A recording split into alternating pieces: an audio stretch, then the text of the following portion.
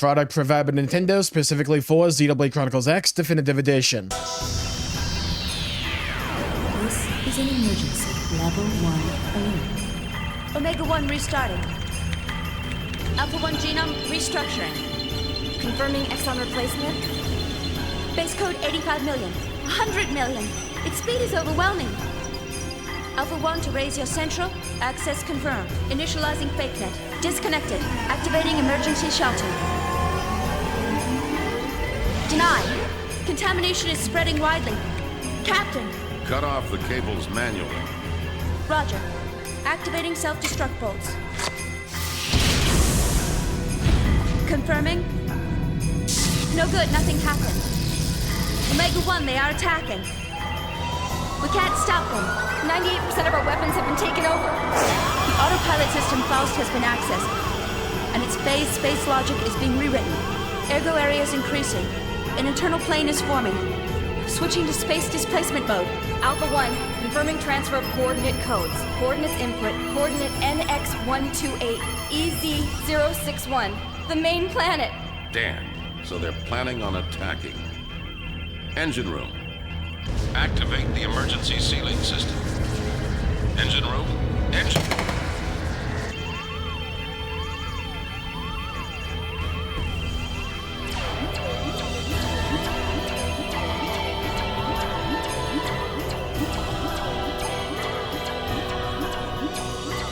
See that all civilians and passengers are safely transported to the escape shuttles. I will send a dispatch after evacuation is complete. I am evacuating the ship. All of you, evacuate now. Evacuate. Evacuate the ship immediately. All passengers please board the shuttles in a calm and orderly fashion.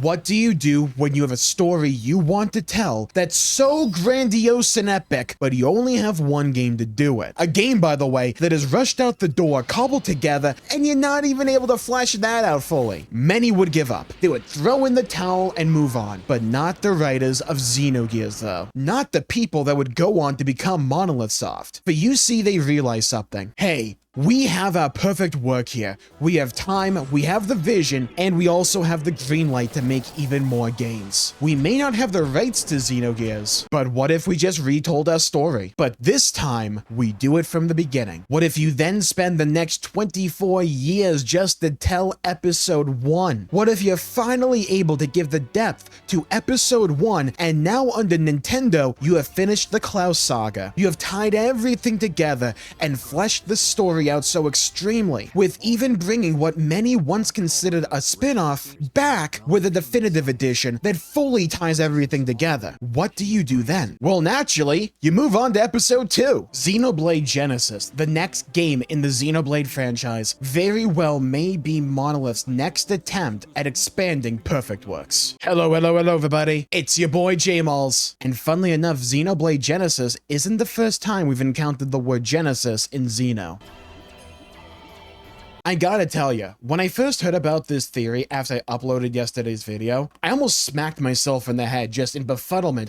How didn't I think of this? It seems so obvious the moment it's pointed out. And the funny thing is, if you have no knowledge about Xenogears like whatsoever, every everything we're going to cover is going to sound conspiratorial, tin hat level craziness, like aliens and all of that, right? It's going to sound insane. But if you are familiar with Xenogears and you know just how much they are enabled to move on from this game, all the pieces start to fall in line. And it's getting to a point where I'm wondering if they are starting to think they revealed too much in the Xenoblade Genesis trailer. Like, we can piece together quite a bit. We can't say anything definitively, but like, man, dude, like, you know what I mean? Okay, enough preamble. Let's get into it. And in order to properly understand what we're going to talk about, we first have to understand and establish the world of Xenogears. In the introduction to this video, I showed you most of the opening cutscene, and it showed the story of the Eldridge, this giant Philadelphia-class mothership that, for reasons that are revealed in Xenogears, was destroyed. And the ruins of that ship crashed into the planet Xenogears takes place on. So the world of Xenogears, the setting for the game, is this world where life like adapts and modifies the ruins of the Eldridge over time. They create their own lore about like these giant ruins that are just the spaceship, but they don't know that. And it's a fascinating setting. How is this relevant to Xenoblade Genesis? Well, I want to show 4 tweets in particular that kind of clued me into this theory. I want to give credit where credit is due here. First off, I have to reiterate a point that we talked about in yesterday's wealth of content surrounding Xenoblade Genesis. It seems as if the game world is taking place on the inside of a sphere, or like an egg, or some kind of other round shape.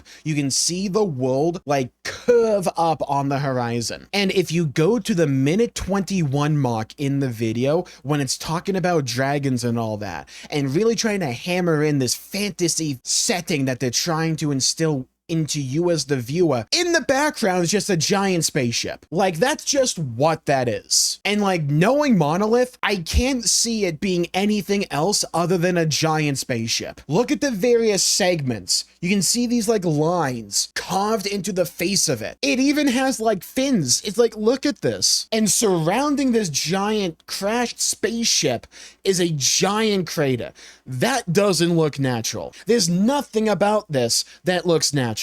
This is the funniest thing to me about the Xenoblade Genesis trailer. It comes off as like high fantasy, like Xenoblade going for a completely different tone and atmosphere and almost genre, and then just hello. Don't forget it's Monolith Soft, right? Like, hello, giant spaceship. And it's so cool. And I kind of dismissed the idea that it was the Eldritch, because I did a stream where we tried to break down everything in regards to the trailer. We did right after they announced it. And for me, why I dismissed the Eldritch was because I thought the fins were too small. And like, you can see on like this image of the Eldritch down near the tip all the way over there, the fins look way bigger than what they appear to be here. But like, you look at tweets like this and like, fair play to people that make these comparisons. Like, my God, I don't think it's going to be the Eldridge, or it's just going to be like the inside of the world from Xenogears, right? It's an interesting parallel, because on the top of this image is just the Tower of Babel from Xenogears, which is like one of the main shafts of the Eldritch. It's like the main shaft right here, you can see it.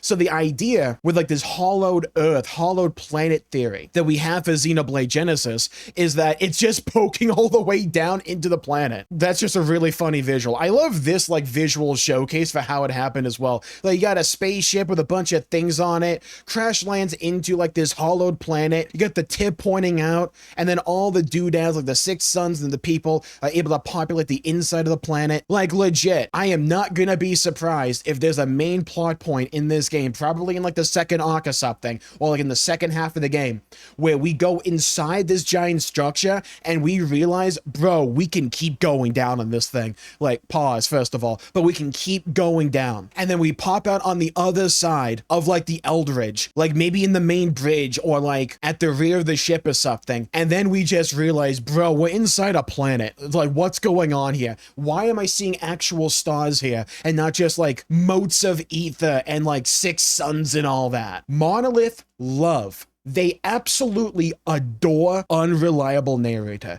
They love having characters in the game world just spitballing crap based on the information those characters have available to them. Because I don't think anyone, well, let me reiterate, I don't think it's a safe bet to believe these are going to be actual suns. Maybe they're the cores from the Ares Prime. Maybe they're just a bunch of anima that is coalesced together, that they're able to sustain or even form by doing what is essentially an off-seeing dance and sending all that ether up into the sky. Maybe that's what they're going to do. But like, the more I look on this, the more I think about it, the more it just makes sense to me. Because yesterday in yesterday's main theory video, we talked about whether or not Xenoblade Genesis is a prequel or a sequel to Xenoblade. Is it the earliest point on the timeline, or is it like taking place after the events of Xenoblade 3 and Xenoblade X? And to be fair, there are ways to write around having this giant spaceship in the world. The idea is, if it's a prequel, this is the story of Ancient Samar's rise to fame, glory, and power.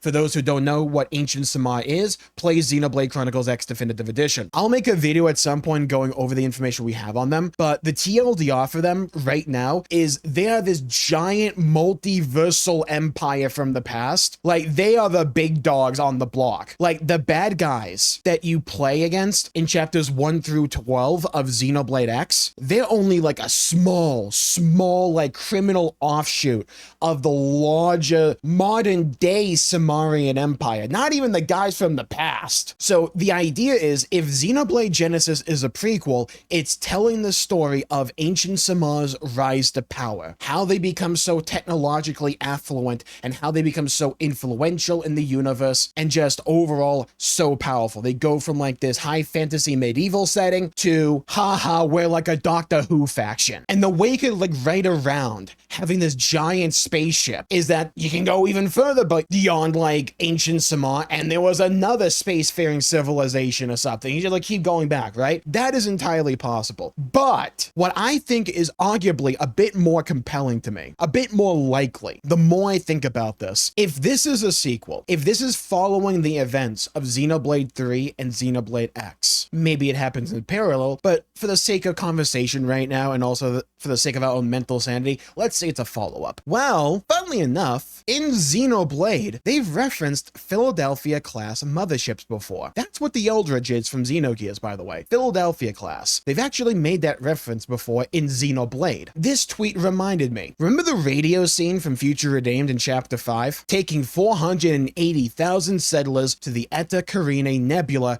in the Carina Sagittarius arm of the Milky Way, known officially as Philadelphia-class motherships, plural. That right there can explain away and justify a lot. This doesn't have to be the Eldridge from Xenogears. It doesn't have to be. It could be another Philadelphia-class mothership, which would also possibly explain why the fins are smaller than how they appear in Xenoblade Genesis. It's also entirely possible that just like they got eroded away, or over the passage of time something happened to those fins to make them smaller. Not shy by that one in particular, I'm just saying it's a possibility to consider. It could also just be that they had a change in artistic direction in the last like 28 years, right? Like, that's a long period of time. That's entirely possible. But man, like the tip here, pause, looks so much like the Eldridge's tip, pause, in terms of shape. And another thing, it's not like they would be unwilling to tell this story. After all, it's the story of Xenogears. Monolith have never really moved on from Xenogears. And now let's talk about why.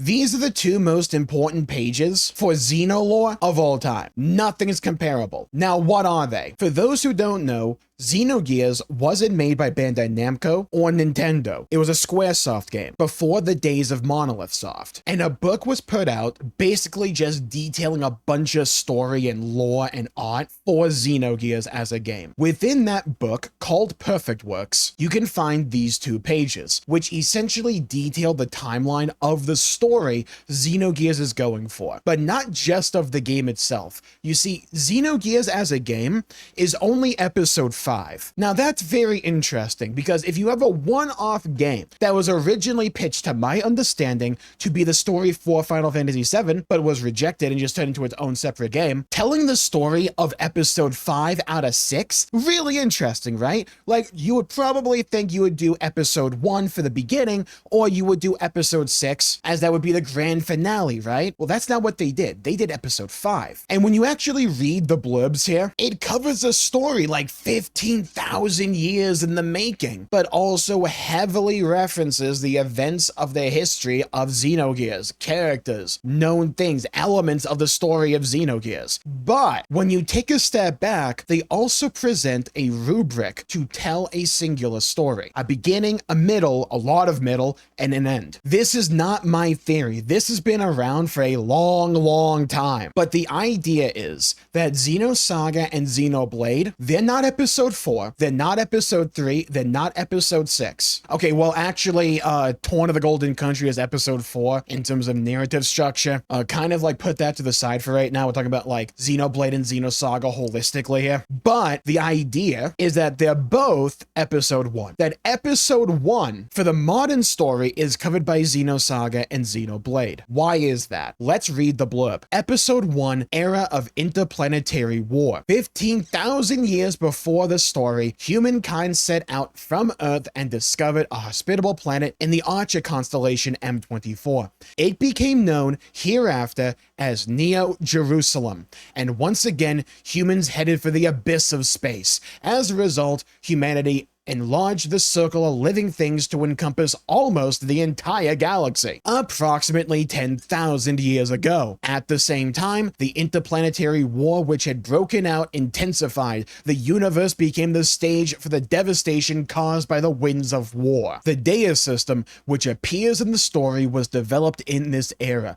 But besides this phenomenon, this episode remains shrouded in mystery. But Jmulls, this was like how many years ago? Like 28? No shot. In any way is it realistic to believe they would try to tell the story of just episode 1 for like, what, 25 years after? Xenosaga was 2001? Come on, brother, you gotta make me believe. Hold your horses, hold your umamusumes. Never doubt the Xenogears brain rot when it comes to Takahashi and Monolith. Director Tetsuya Takahashi's comments. Let's skip most of this for now for the sake of time and read the final little paragraph here. Now, the still unveiled episodes 1 and 6 weigh on the mind, and it was thought that certainly, by all means, it should appear in print.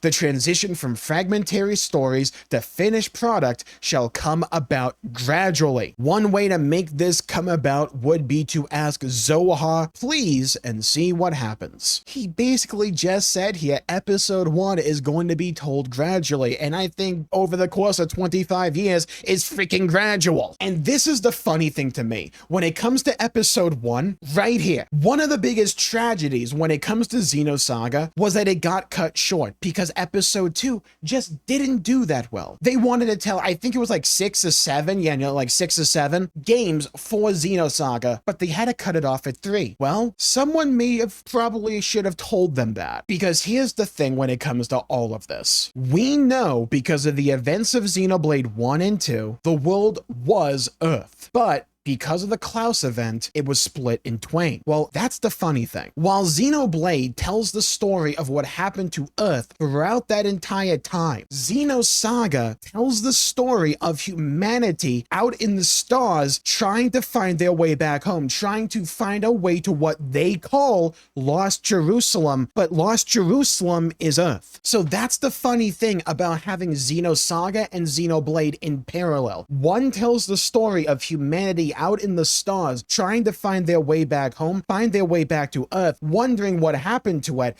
And the story of Xenoblade is the story of the people that remained. And in totality, that's episode 1. It became known after as Neo Jerusalem. Humans headed for the abyss of space. Humanity enlarged the circle of living things to encompass almost the entire galaxy, approximately 10,000 years ago. And then at the same time, they even say it here, at the same time, the interplanetary war which had broken out intensified. The universe became the stage for the devastation caused by the winds of war. We just had Xenoblade Chronicles X Definitive Edition, where the entire premise for the game is this battle between alien forces that ends up wiping out the Earth. And then on top of that, as is revealed in Chapter 13, it is revealed by Elma, her homeworld, she's an alien by the way, her homeworld, they didn't wage war against the other worlds, but war came for them nonetheless. The ghosts and the ganglions. And it ended up with the annihilation of her world and basically her people,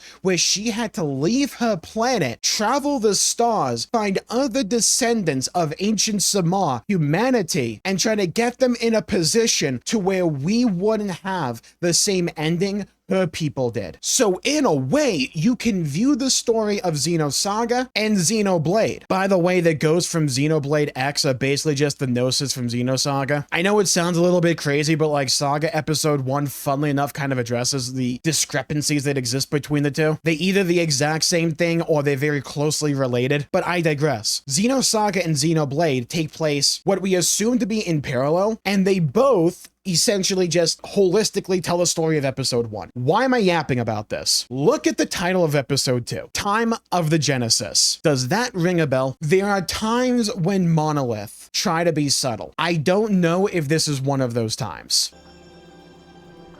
Episode 2, Time of the Genesis, is an absolutely fascinating episode for the Perfect Works timeline, because a lot of the elements they talk about in that blurb set up for the story that is unfolding in Xenogears itself. Let's read the blurb together. Sentient life forms began to increase at this time in the world of Faye and the others. Faye being Fei Fong Wong, who is the protagonist of Xenogears. We will get back to him, don't worry about that. Cain became the human's progenitor and was revered as the divine emperor. Abel, a survivor of the Eldridge's fall to Earth, opposed the religion of Cain. Both he and Ellie... Okay, so Xenogears spoilers, but this gets a little bit complicated. So that's Faye, the protagonist, and that's Elhaim, shortened to Ellie in-game. These two are like the OG Xeno couple, right? Like, these are the OGs. Like, this is Takahashi's OG ship. Now, funnily enough, Abel, who we were just talking about in that blurb, that's also Faye, but it's like an earlier incarnation. There's reincarnation going on, basically. Like, these two reincarnate from, like, this point all the way through to, like, Xenogears' actual story in episode 5 of Perfect Works. It's like these two are reincarnating at different points in time. Back then, at the fall of the Eldridge, Faye wasn't known as Faye. That incarnation of himself was known as Abel. Though, funnily enough, Ellie is always known as Ellie. At least that I can remember. So Cain is this divine emperor. Both he and Ellie, you know, Abel and Ellie,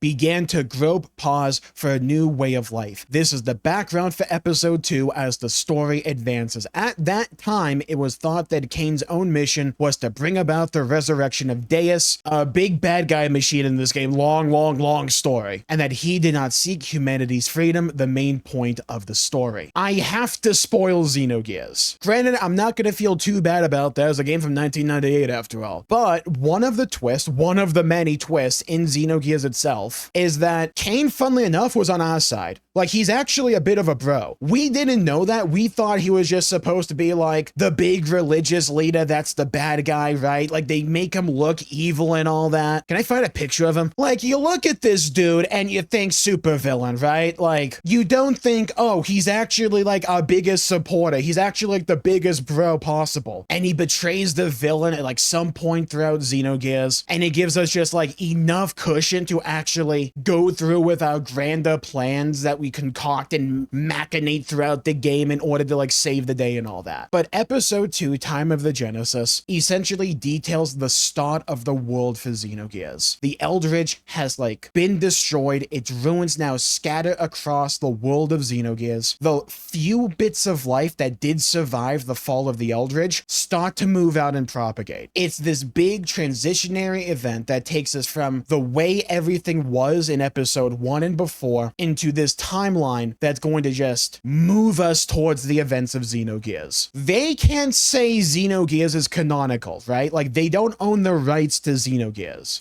So it's not like one day Takahashi's gonna come out and say, guys, guess what? Everything you've been playing since 2001 has been a prequel to Xenogears. They can't come out and say it. But according to Perfect Works, with the story they've been weaving and telling over these many years, if you put everything into a timeline, Xenogears is the one last on deck. It is the furthest in the timeline. Because remember, Xenosaga, Xenoblade, Episode 1. Funnily enough, though, like, Torn of the Golden Country basically just rips the story beats from Episode 4, weirdly enough. But Xenogears itself is Episode 5. So if they want to get to essentially the same story of Xenogears and probably retell that, you know, more than they already have kind of done, they got to go from Episode 1, which we've already done now to Episode 2. I don't imagine Xenoblade Genesis is going to tell the complete story of Episode 2. I mean, they could, don't get me wrong, who knows? But it's entirely possible that this new narrative arc we're about to embark on is going to tell the story of Episode 2, put the pieces on the game board, establish the characters that are supposed to represent Cain, supposed to represent Abel/Faye, supposed to represent Ellie. Hello there, by the way. Like, legit, if this theory is on the money, and people have called this, if this is on the money, this character might unironically become one of, if not the most important character in Xeno up to this point in time. Again, not counting this. Because if this character is supposed to represent Ellie going forward, brother, we're about to be in store for absolute peak. The places this character will probably go. The funny thing, though, is you can't have Ellie without Faye. Those two go hand in hand. They are the Xeno OG couple. You need to have both. You can't do Faye without Ellie, and you can't do Ellie without Faye. We have someone who, to us, is supposed to be Ellie at this point in time. Who the heck is Faye? Funnily enough, it's not a matter of, can we find anyone that's like Faye? The better question is, which one do we pick? For some reason, they love making characters that really look like Faye Fong Wong. Like, they just love to do it. This is Faye Fong Wong, the protagonist of Xenogears. Look at him, absorb him, digest him, look at the hair, look at what I think is a cowlick, actually both of them, look at the ponytail. Now, he's not one for one, don't get me wrong, but there is a similarity there. But the problem is, we already have a pairing, we already have a romance partner for Noah, Mio. So unless they go in a completely different direction with Ellie, maybe Noah doesn't fit the bill, and maybe he's only supposed to resemble Faye Fong Wong in appearance or some maybe scattered story bits, because funny enough, quite a few connections with Xenoblade 3 and Xenogears. Like, there's quite a bit. But for like this grander Perfect Works arc, maybe Noah's not supposed to be the Faye Fong Wong insert for this story. Okay, fair enough. Maybe it's Matthew from Future Redeemed. I mean, if we proceed with a few generations in the game lore and get a little bit lucky with a few characters meeting and then procreating, maybe we can end up with Matthew again. Again, somewhat similar character design. In fact, this character resembles Faye Fong Wong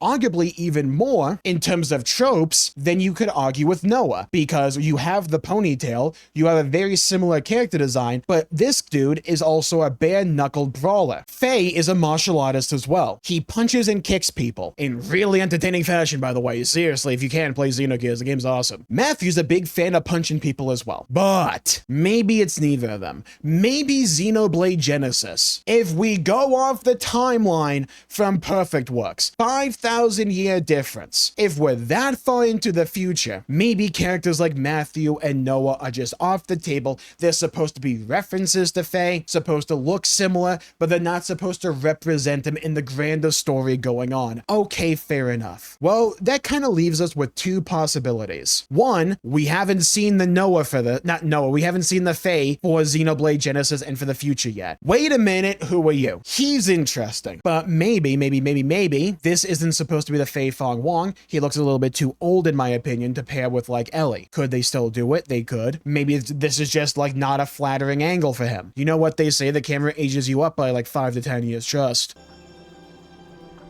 Now, there is one contender for who could be the Fae to Ellie here. Granted, the hair is different, but it seems Eleanor is like hurt here. This unnamed guy whose name we don't know, I'll call him like Temu Fae. He's trying to hold her. He's like, I think channeling anima for some kind of big either ability or like transformation, might be in a similar vein to like an interlink maybe, or he's taking all the anima into himself. There are different points in this trailer where people are using anima for these big signature abilities. We actually do see this guy again right here, where he like charges towards the camera. He starts to glow the same color. He slams his left fist down into the ground, and we have this giant like shadowy like anima claw come right at the screen. So maybe it's like a transformation. Maybe he's just summoning the hand again. He does seem to be a bit of a major character here, but again, we don't know much about it since the trailer primarily follows Eleanor. It is interesting that he uses a sword. Again, if Eleanor is supposed to be Ellie from Xenogears or representative of that character, maybe he's a Fae. Who knows? Of all the characters we've seen in the trailer so far, he's probably in the best position for that. Over the course of like 28 years, maybe, just maybe, they wanted to change a few things about this. That's possible, isn't it? Maybe the prequel theory we talked about yesterday was on the money, and that Xenoblade Genesis is actually the earliest point in the timeline.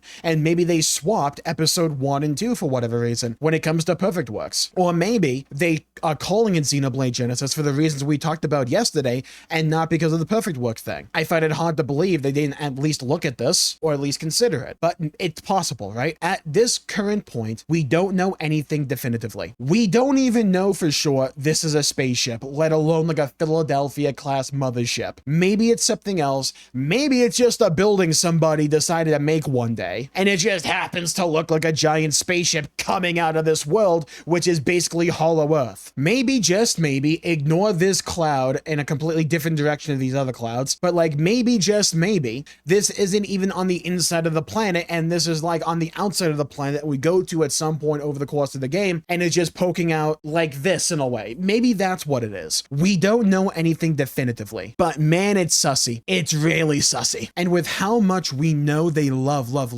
Perfect Works, with how much they love Xenogears, legitimately, we can't escape this. They always do characters, for some reason recently, that look like, not Noah, that look like Faye, with Noah and Matthew. They've had a character since Xenogears that looks like Faye called Abel. He was in Xenosaga, and they pair him up, funnily enough, with a character that looks like Ellie. The funny bit about the Xenoblade universe is that there's a lot of people that are descendants of ancient Sama, or at least it kind of seems like it at this point. Perhaps there's a whole other like race of aliens out there that were descendants of ancient Sama, and that is why they have like the elf ears, kind of like Elma in her real alien form. And maybe the reason we see people with regular human ears alongside the elf ear people, can I find them? Yeah, it's like this person doesn't have the Samarian elf ears, so you have like people that resemble regular humans coexisting alongside these like elf ear ancient Samarian looking people. Maybe the reason for that is this. Funnily enough, right? Like the more you think about it, the more it kind of makes sense. Like maybe the elf ear Samarian people were always on that planet, and then the spaceship collided with it, gave us these ruins and this giant impact crater. The people left the ship, and as time marched on,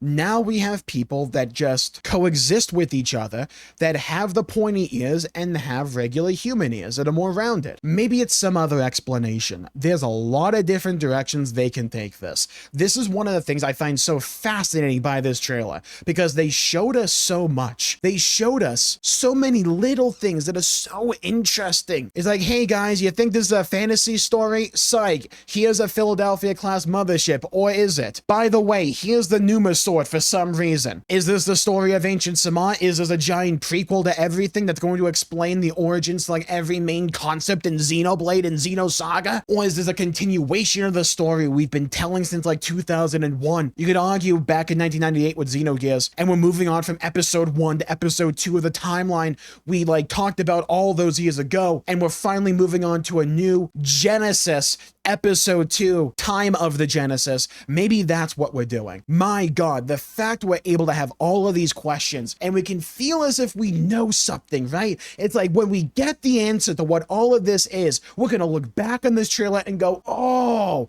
how did we not see it? It was so obvious. Look at the coloration and look at the font. Look at the texture work going on here. Man, it kind of looks similar to the architecture from Elma's homeworld that was revealed in like chapter 13 of Xenoblade Chronicles X Definitive Edition. And it also really looks like the color scheme and just the architecture of ancient Samar that was revealed right near the end of the game in chapter 13 as well, where we see the Ares Prime and the 6 cores that were filled up with conduit goo and like the 6 suns going on in Xenoblade Genesis. Maybe there's a connection to the Ares cores. Maybe we took the Ares cores and they got turned into these suns somehow, and one in particular just decided to glow brightly because we just kept pumping it full of like off-seeing dance energy with motes of like anima / ether and all that. Or maybe this is like the origin story for the Ares cores, and like over the course of the game, Void maybe will be introduced as a character that will take these suns and turn them into the Ares cores and then create the Ares Prime and give us a proper like Forerunner trilogy that was done for Halo but for Xenoblade, and like maybe that's a direction this is all going in. It is fascinating stuff to me. Why in the heck is like the choker on this character just completely painted like Vanta black for some reason? Did they just forget to like add the texture, or is that supposed to be something important to a story? Can I burn this Tickle Me Elmo in a fire? These are the real questions we need to ask. Bro, you gotta love the Xenoblade community sometimes, man. It's like the way some people are able to make these connections. Ellie and Noah is Eleanor, Noah, Era, Noah, Eleanor. Man, I love this kind of stuff personally. I love the attention to detail. Oh yeah, by the way, one other connection to Xenogears possibly. You know how they essentially call the ether of Xenoblade Genesis anima? Anima is a term that Monolith have used quite a bit over the years, particularly in Xenogears and also Xenosaga. Since we're talking a lot about Xenogears for today, let's focus on the Xenogears interpretation of anima, the anima relics. In Xenogears, I'll just read the wiki thing here. The anima relics are an organic part from biological computer Katamoni. Whole story, right? With the other two being the persona and the animus. 10,000 years ago, when the Eldritch crash scattered the anima relics across the planet, episode 2 of Perfect Works' timeline, which we've already been talking about, might just be this game. So the anima relics scattered across the planet with the crashing of the Eldritch. Maybe that's what the 6 suns are actually supposed to be, and just for the purposes of Xenoblade, the number's different. Or maybe there's 6 here and they're the suns, and maybe we find like 6 others somewhere else because there's 12 yellow rectangular parts for the anima relics. There's 12 of them. And you had Cain and the Gazel Ministry. Gazel Ministry, bunch of bad guys, were created with the purpose of locating them to complete Deus's revival. Deus being like what they considered to be a god, but it's like this ancient machine. Not ancient, but it's like really simplifying here. It's like this machine from the past that was on the Eldritch. The people of Xenogears, like the Gazel Ministry and some others, like viewed it to be God. And in the purposes for the theory, the anima relics, well, you're able to turn your like scuffed gears, like your whatever gears, you know, your gears, your giant robots from Wish. Well, with an anima relic, much like the anima vessels from Xenosaga, well, they're able to basically like evolve into these omni gears, and those things mean business. They bring the power. They bring the 1, the 2, the 3. They're the knockout. They're like the peak form of the gear you get. That's when you get really powerful. And funnily enough, in Xenosaga, the vessels of anima, by the way, just as a heads up, the warriors that utilize anima in the game are known as Veseli. I think I saw a tweet where it's like Veseli is like combining the words vessel and samurai, but in like Japanese, so it doesn't like really translate over one for one into English. But again,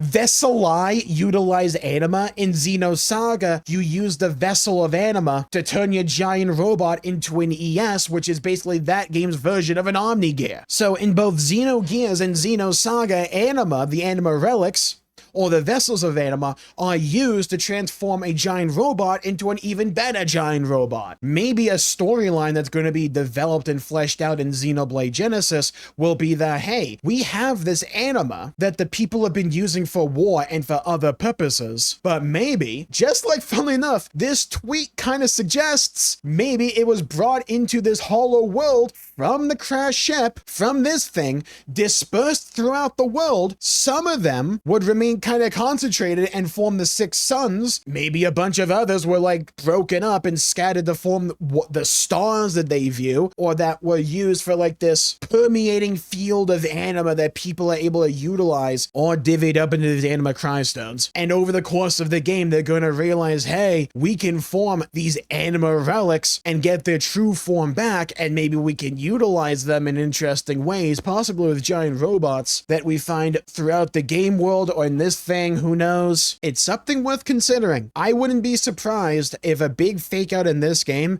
is they make you think it's high fantasy and then psych, it's robots again. I mean, it is Monolith after all. All roads don't just lead to perfect works, they lead to giant robots. And I wouldn't have it any other way. There are two certainties in life. Death and everything Monolith does traces back to Xenogears. I bet a lot of what I said today will make no sense or just seem so far-fetched if you haven't played Xenogears, if you haven't looked at Perfect Works before. But man, if you have, a lot of this trailer just gets recontextualized, and it gets me so much more excited for what's gonna happen than I already was. I can't wait for another trailer to just throw a monkey wrench into everything. We have to go back to like square one again. These are some of the times I love the most because it's so fun just to like try to solve the puzzle. So here's where you come in. Leave a comment down below with your own wild, wacky theory for Xenoblade Genesis. I want your wildest theory, I want your wackiest theory, because I may react to them in a future video. And while you're down there, please leave a like and subscribe. It really helps the channel out and helps support future content, and I greatly appreciate it. And while a lot of what I talked about today supports the idea that Xenoblade Genesis is a sequel to what happened in Xenosaga and Xenoblade and comes after them in the timeline, if you want to hear more about the other possible theory, this all being a giant prequel, well, I covered that quite extensively in yesterday's video. Want to find out more? Check out this video right here. Thank you all for tuning in. Stay safe, have a great day, and I'll see you all next time. Bye bye, everybody. Until we meet again.